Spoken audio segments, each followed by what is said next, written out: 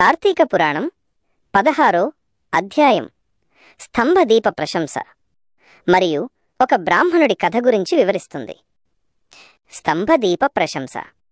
వశిష్ఠ మహర్షి జనక మహారాజుకు కార్తీక మాసం యొక్క మహత్యాన్ని వివరిస్తూ ఈ మాసంలో చేసే దానాలు, వ్రతాలు, స్నానాల ప్రాముఖ్యతను తెలియచేస్తాడు. దానాలు.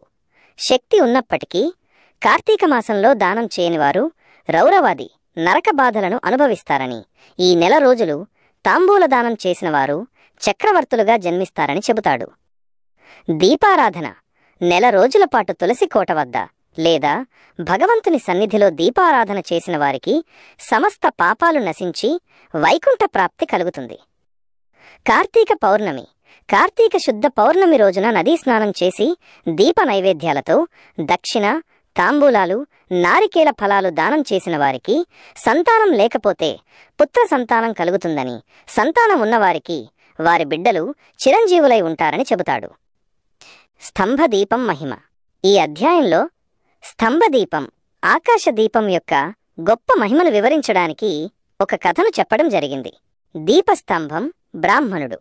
ఒకప్పుడు మంతగ మహాముని ఆశ్రమం దగ్గర ఉన్న విష్ణు ఆలయం ఎదురుగా మునులందరూ కలిసి కార్తీక పౌర్ణమి సందర్భంగా హరిహరాదుల ప్రీతి కోసం ఒక నిడుపాటి స్తంభాన్ని పాతి దానిపై ఆవు నెయ్యితో దీపాన్ని వెలిగిస్తారు. ముక్తి. పురాణ పఠనం జరుగుతుండగా ఆ స్తంభం ఒక్కసారిగా పగిలిపోయి అందులో నుంచి ఒక బ్రాహ్మణుడు ఉద్భవించి మునులకు నమస్కరించి తన పూర్వజన్మ వృత్తాంతాన్ని వివరించాడు. పూర్వజన్మ వృత్తాంతం.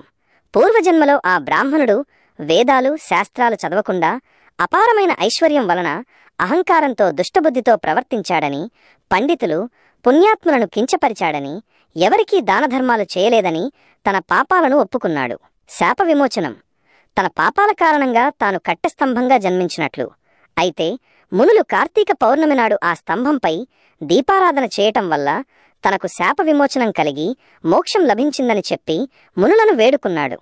ఈ విధంగా కార్తీక మాసంలో ముఖ్యంగా పౌర్ణమి రోజున స్తంభదీపం, ఆకాశదీపం పెట్టడం ద్వారా కేవలం మనుషులకే కాక కట్టెలు, రాళ్ళు వంటి వాటికి కూడా ముక్తి లభిస్తుందని ఈ అధ్యాయం వివరిస్తుంది.